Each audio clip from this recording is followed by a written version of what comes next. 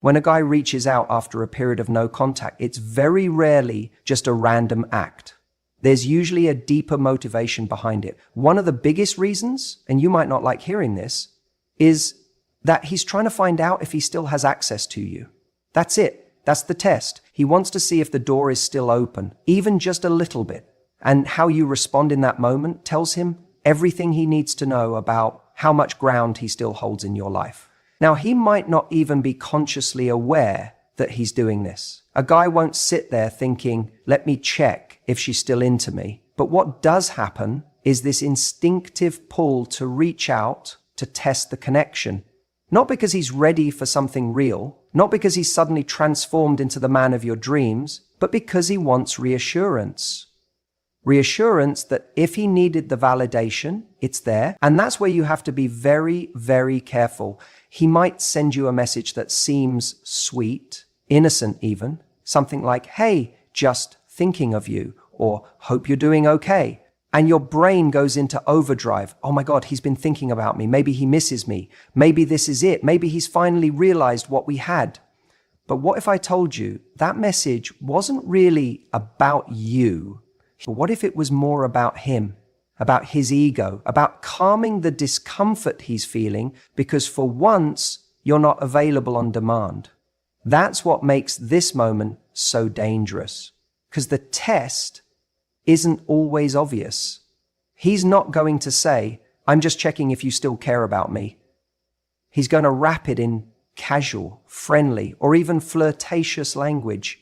And if you respond immediately, if you sound too enthusiastic, if you open the emotional floodgates, he gets what he came for, confirmation that you're still there. But here's the twist. He might not do anything with that information. He might disappear again right after. Why? Because his goal wasn't to reconnect. His goal was to know he could. That's what access is all about, emotional access. Does he still have your attention? Does he still affect your day? Can he still get a response? If the answer is yes, he walks away with a confidence boost while you're left wondering what just happened. And in that moment, you might even feel worse than before he reached out because it's confusing. It gives false hope and it reopens a door that you were just starting to close. The truth is, some people thrive on knowing they still hold power in your life, even if they have no intention of stepping back into it. Even if they've already shown you they're not capable of giving you what you deserve. They don't want the relationship, but they don't want to lose the option. And that's where you need to be grounded. That's where you need to pause and ask yourself, why is he reaching out now? Has anything actually changed? Is he asking for something real, or is he just looking for a hit of reassurance? Because when you don't answer immediately, when you don't jump back into that dynamic like nothing happened, it shifts something. It shows him that access to you is not free anymore, that you're not on the shelf waiting to be picked up again, that you have standards, that you're not interested in being someone's emotional backup plan. And that right there, that's where your power is. Let me be clear. This isn't about playing games. This isn't about ignoring someone to get revenge or trying to manipulate the situation. It's about honoring your progress. You went no contact for a reason. You created space for a reason, whether it was to heal, to gain clarity, or to protect your peace. That choice was a statement, I matter too.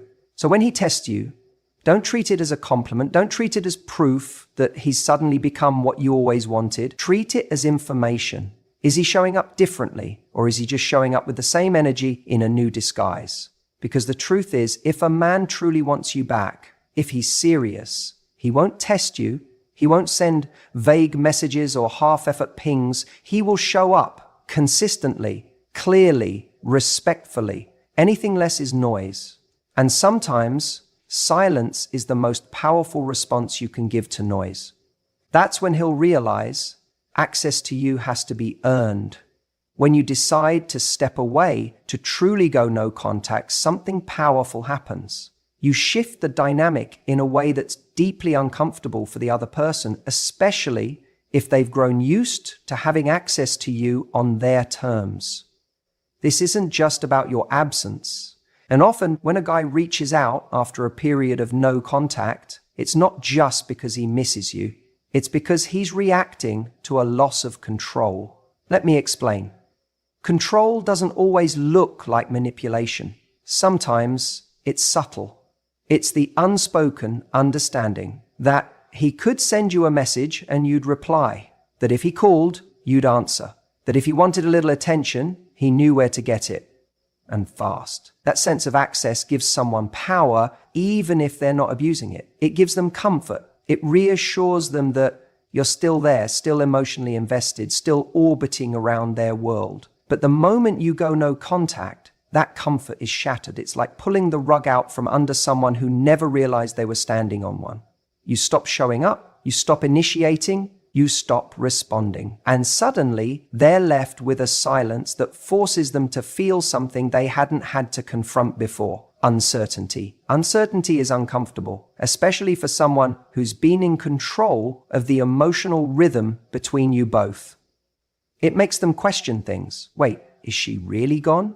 Did I mess this up more than I thought? What if someone else has her attention now? The guy who was once complacent now finds himself trying to decode your silence. And that's a shift in power.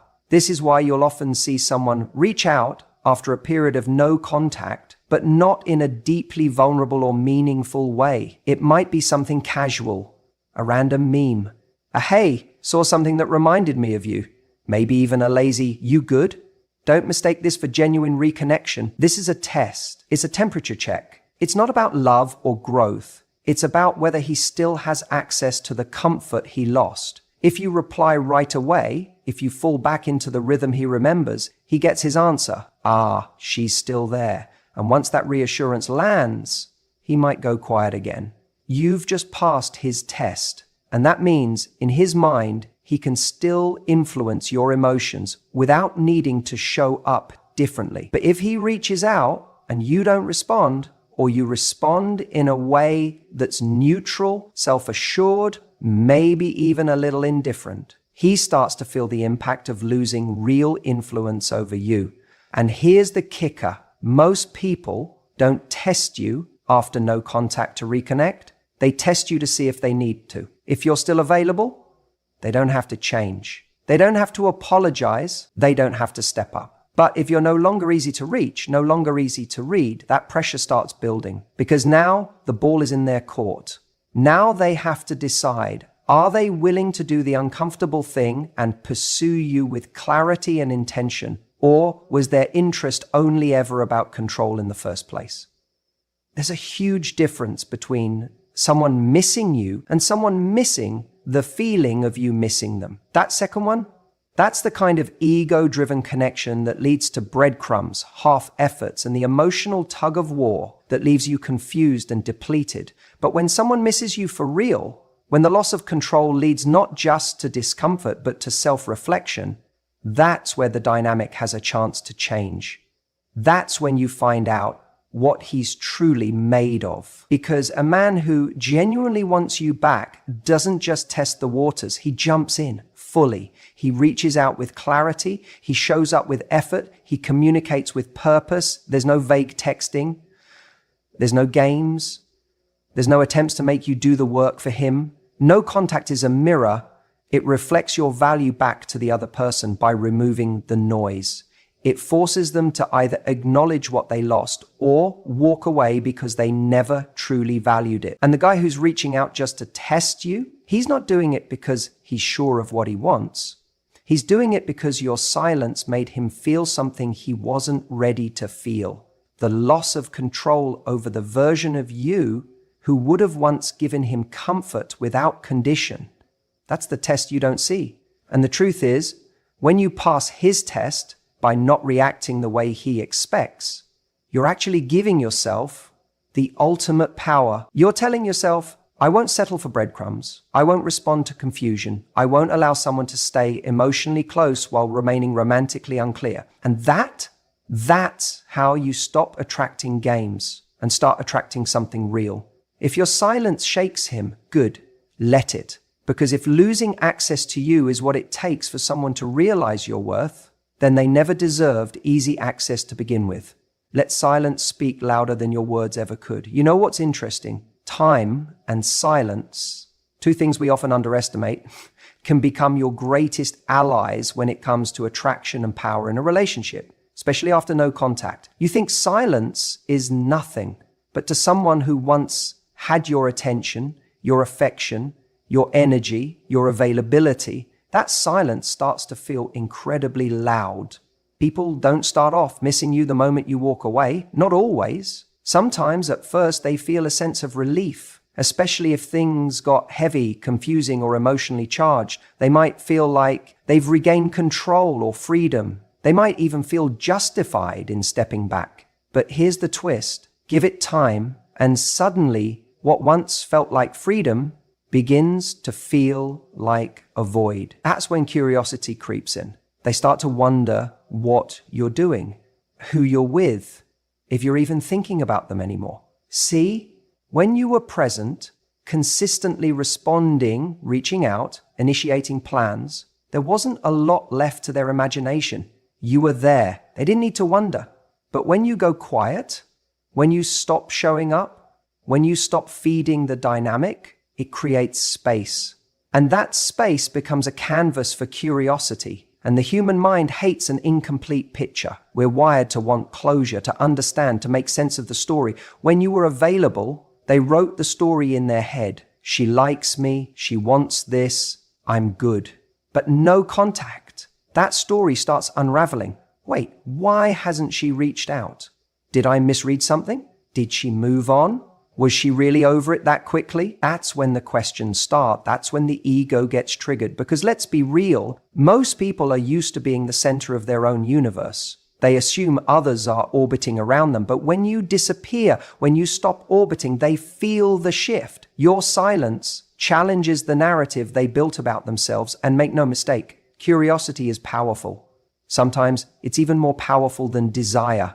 Because desire can fade, but curiosity gnaws at you. It lingers in the quiet moments, when the phone doesn't buzz, when they check your social media and see nothing, or see you smiling and unbothered. Suddenly their mind starts to wander. They want to know what's going on inside your head. But here's where people mess it up. They get the first breadcrumb, the "Hey, how are you?" and they think it means everything. They rush in, they over-explain, they pick up where they left off. But that little reach out, that's usually just curiosity trying to soothe itself. It's not always intention. It's not always growth. It's often just ego looking for reassurance. That's why you need to hold the line. Because if someone is truly reflecting, if they're genuinely starting to miss you, not just the validation you gave, but you, then they'll go beyond curiosity. They'll show clarity, they'll show effort, they'll step into the discomfort of reaching out vulnerably. Not just testing the waters, but wanting to swim across the ocean to reach you. Time and silence give people the space to ask themselves important questions. Not just, do I miss her, but why did I let her go? What did I overlook? Who was I and who do I want to be now? But they can only ask those questions if you're not right there filling the silence for them. Because if every time they miss you for a second, they can text you and get a quick hit of your energy, they never have to miss you fully. They never get to feel the weight of your absence. And if they don't feel the weight of your absence, they don't realize the true value of your presence. So when someone reaches out after no contact and you wonder why now, understand this. It's not always a sign of realization. Sometimes it's just a sign of discomfort, of unease, of curiosity that couldn't stay quiet. But if you hold your ground, if you maintain your standards, if you don't rush to soothe their momentary confusion, then you give space for something deeper to emerge. Because that curiosity, left unanswered, can evolve into appreciation, into reflection, into real growth. But only if they have to sit in the silence long enough to feel it. Only if they feel the gap between who you were when they had you and who you are now, standing strong in your power. That's the beauty of silence. It tells a story. It says, I don't chase, I choose. It communicates confidence without a single word. And the more someone realizes they can't just snap their fingers and get you back, the more they have to rise to meet you, not as someone testing the waters, but as someone ready to dive in with both feet. Because if they truly want you, they'll prove it, not with a curious message, but with a committed effort. And if they don't, your silence already gave you the answer. One of the biggest mistakes people make after no contact is thinking that the first message from their ex or the first test means everything has changed. It doesn't. In fact, in many cases, it's not a sign of growth at all. It's a sign of strategy. Let me explain what I mean. When someone reaches out after a period of silence, especially after no contact, there's a very good chance they're not doing it because they've had some massive emotional epiphany. A lot of the time, it's not about love. It's about ego. They're not asking, how can I win this person back the right way? They're asking, can I still win them over without really trying? That's the test. It's subtle. Sometimes it comes in the form of a casual, hey, just thinking about you. Or a random meme they know will remind you of an inside joke. Or they reply to your story with a fire emoji. None of these things are meaningful in themselves, but they're strategic. They're low investment feelers to see how you'll respond. If you respond enthusiastically, warmly, or too quickly, they get their answer. You're still emotionally available to them. And what do they do with that information? Often, nothing. Because now they know they can reach out whenever they want and get a little hit of attention from you. It soothes their ego, but here's the thing. They didn't have to commit. They didn't have to be vulnerable. They didn't have to take a risk. You did. That's what a test is. It's a game of emotional chicken. Who will flinch first? They want to see if you're going to break the silence with feeling, if you're going to open up, give a long response, maybe even suggest a catch up. That way, they don't have to make the effort. You do it for them. And the moment you do, you give them exactly what they want without them having to earn it. This is one of the biggest power shifts in any post-breakup situation. After no contact, the dynamic has changed. You were the one who decided to step away, to draw a line, to protect your peace. That's not small. That's strength. That's self-respect. But when they test you, they're not just seeing if they still have a line into your heart. They're trying to get you to abandon that strength first, so they don't have to risk theirs. They want you to do the emotional heavy lifting, because if you do, they're safe. They don't have to put themselves out there. They don't have to say, I miss you. They just have to send a few breadcrumbs and wait to see if you chase the trail.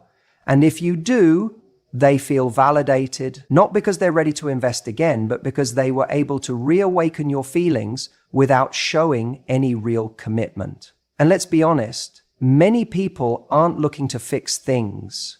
They're just looking to fix how they feel. They might be lonely that day. They might be having doubts. They might have seen you looking good in a story or heard from a friend that you're doing well, and suddenly their pride kicks in. Wait a second, are they actually moving on? Now, their need for reassurance wakes up, and instead of facing it directly, they test you to soothe that anxiety. But here's where your power comes in. When you recognize this test for what it is, a strategy to see if you'll go first, you stop giving away your peace for a few crumbs of attention. You stop jumping at the first sign of contact and thinking it's the start of something meaningful. Because meaningful doesn't look like one text after silence. It looks like consistent action, honest communication, vulnerability, and effort. Anything less is just noise. And when you don't take the bait, when you don't immediately validate them, you do something powerful. You force them into a choice. They either have to walk away or step up. If they walk away, that tells you everything you need to know. They were never going to do the work. They were never going to bring real value. But if they step up, if they lean in, ask to talk, apologize, explain, take accountability, that's a different story. But most importantly, by not responding to the test in the way they hoped, you show them that access to you is no longer free. It costs something now. It costs effort. It costs clarity. It costs real presence. And when someone sees that, it shifts the entire game. You become someone they can't manipulate with a half-hearted message. You become someone who doesn't need validation because you're validating yourself. And ironically, that's when you become more magnetic. Because now, if they want to connect with you again, they have to meet you at your level. So remember, when that message comes in, when that test shows up out of nowhere, pause. Ask yourself, is this a real invitation to reconnect or just a test to see if I'll break first? Because once you see the difference, you'll stop being pulled into old dynamics. And you'll start commanding the kind of connection that doesn't need tests to prove it's real. Let them be the one who steps forward first. Let them do the work this time. When you were always around, when you were constantly messaging, always the first to respond, showing up in every way you knew how, your presence became expected. And what becomes expected eventually becomes background noise. It's not that he didn't see your value, it's that your value was too readily available. When someone knows they can have you at any time, they stop trying.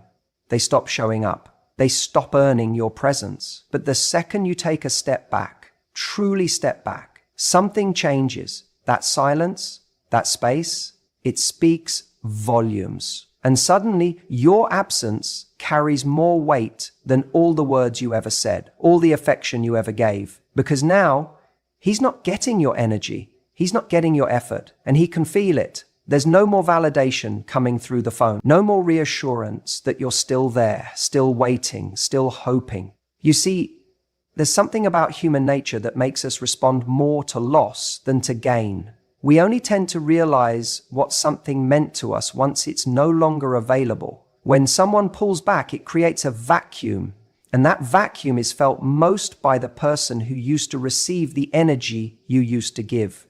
He may not have consciously taken you for granted, but now that you're not there, now that your light isn't shining in his direction, he notices the darkness. That absence forces him to recalibrate. He starts questioning things. Why haven't I heard from her? Has she moved on? Was she more valuable to me than I realized? And those questions sting, not because they're romantic, but because they challenge his ego. They unsettle him. The certainty he once had that you'd be there, that you'd respond, that you'd stay available is gone. And that uncertainty can be more powerful than your presence ever was. Here's what's crucial to understand. You don't need to do anything loud. You don't need to post curated stories on Instagram to show you're happy. You don't need to send a message saying, I'm over you. Silence is your power. The absence of contact becomes the most potent message. It tells him everything he needs to know without you having to say a word. It says, I'm not sitting around waiting for breadcrumbs. It says, if you want my attention, you have to show up for it. Now, here's the irony. When you were showing up all the time, it was easier for him to do nothing. You were taking on all the emotional labor. You were making it easy, but now he's got to sit in the discomfort. And that discomfort starts working on him. He might try to ignore it at first. He'll distract himself. He'll rationalize it. She'll come back. She always does. She probably still cares. But as time passes and you stay quiet, that confidence starts to unravel. Doubt creeps in. And with that doubt comes desire. Desire doesn't come from availability. Desire comes from the perception of value. And value is felt in your absence more than in your presence. Think about it. We don't crave what's always in front of us. We crave what feels scarce, what feels special, what feels earned.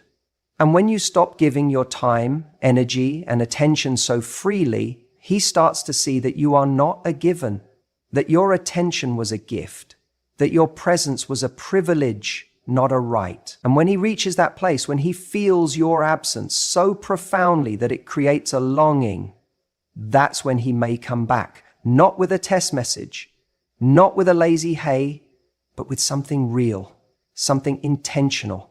Because your absence has done what your words never could. It created contrast. Contrast between what life felt like when he had access to you and what it feels like now that he doesn't. And that contrast is unforgettable. But here's the catch. This only works when the absence is genuine. When you've truly let go of needing him to come back. When you're not sitting there waiting for him to notice your silence. When you've shifted your energy inward towards your own life, your own growth, your own joy. Because if you're still orbiting around him, even emotionally, the silence won't land the same. He'll sense it. He'll know you're still available, just playing a game, and he won't respect that. But when the silence comes from true detachment, from a real place of self-worth, it commands respect. And if he does come back, you get to choose whether he comes back into the same version of you he left, or if you've evolved into someone who now holds a different standard. Someone who knows that love doesn't mean overgiving. That connection doesn't mean self-abandonment, that attention, time, and effort must be earned, not expected. So if he's testing you, if he's sending that breadcrumb after a long silence, remember this: your silence is speaking louder than any response you could give. And if you want someone to truly value you, sometimes the most powerful thing you can do is to let your absence remind them of everything they took for granted. Because sometimes it's not your presence that makes them want you, it's your absence that makes them remember what they lost. You see, one of the most misunderstood aspects of no contact is what it actually does. Not just for you, but for them. Most people think no contact is just a strategy to get someone back. But that mindset completely misses the deeper value. No contact is a mirror. It's a pause that allows both people to see clearly, to feel what life is like without the other. And while it helps you regain your center, your dignity, and your peace, it also forces him to sit with the reality of losing you. Here's what's fascinating. When you remove your energy, your availability, your constant reassurance, it creates contrast. And contrast is everything in attraction. You cannot value warmth without knowing what cold feels like. You don't recognize light unless you've sat in the dark. In the same way, he doesn't realize what your presence meant until he's confronted with your absence. In the beginning, he might feel relief. He might think, oh good, she's not texting anymore. I've got space now. He might even interpret your silence as indifference. But that silence grows, and with it, so does uncertainty. He starts wondering, wait, why hasn't she reached out? Was I not that important to her? Has she moved on? Is someone else talking to her now? That silence becomes loud. It becomes its own presence. And this is where the test comes. He reaches out, not because he's ready to commit, not because he's done the deep work yet, but because he's uncomfortable. He's not sure where he stands with you anymore, and that bothers him. Not knowing is a wound to his ego. He wants to know if the door is still open. He wants reassurance. But here's the kicker. No contact also gives him time to reflect. And if there was real substance in your connection, if there were moments that mattered, things he hadn't fully processed, emotions he buried in the name of not ready or needing space, then this silence invites those memories to resurface. See, when someone has constant access to you, they don't have to evaluate what they truly feel. You're always there.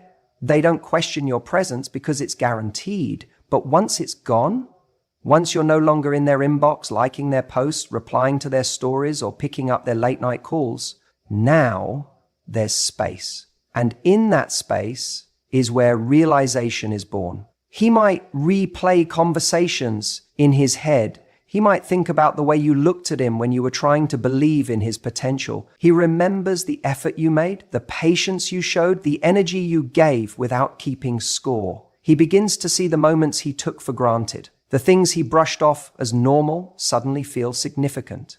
And if he has any emotional maturity, that silence can become a powerful teacher. It teaches him that good people don't stick around forever when they're not being valued. It teaches him that the connection he had wasn't common. It was rare. And it teaches him that someone like you, someone with standards, won't wait forever. That's when he wants you again. Not out of boredom, not out of loneliness, but because he's felt the loss. And if he's grown enough during that time, that want may come from a more grounded place, less about testing the waters, more about building something real. But here's what you have to remember.